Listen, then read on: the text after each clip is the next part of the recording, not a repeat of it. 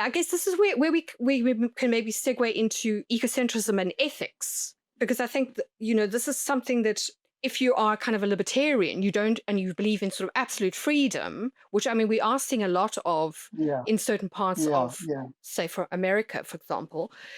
It means you don't feel that you have to have ethics or sort of limits on what you do, or that what you do should not be constrained in any way Yeah, by yeah. other people or society, or your obligations, say, to the planet, or anything. I mean, I'm interested in how you kind of got to that place, because I was really struck by your statement where you talk about ethics, and that's something that's the one thing that's so absent at the moment. And I love the way you put it in terms of, if you are in relation to something, there are obligations.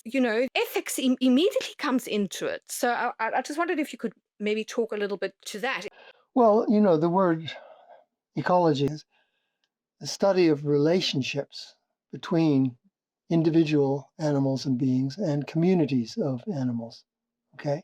It's all, ecology is the study of relationships.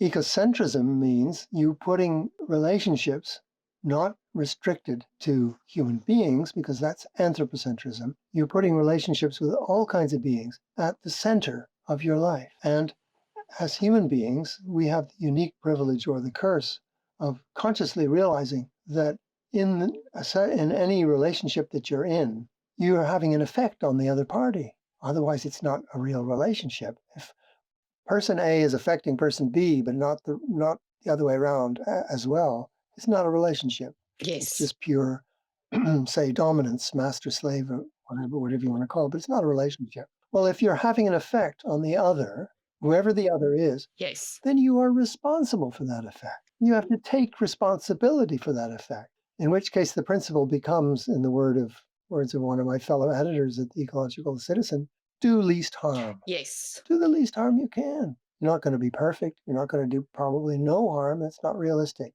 But ethics, in this frame of mind, in this worldview, ethics are, for us humans, are present from the very start of life, from the very get go, both collective life and individual life. From the point of view, the relational point of view that I'm talking about, which is inherent in ecology and therefore ecocentrism, relationships, there's nothing more important than ethics from the get go. They're present. Can't avoid them.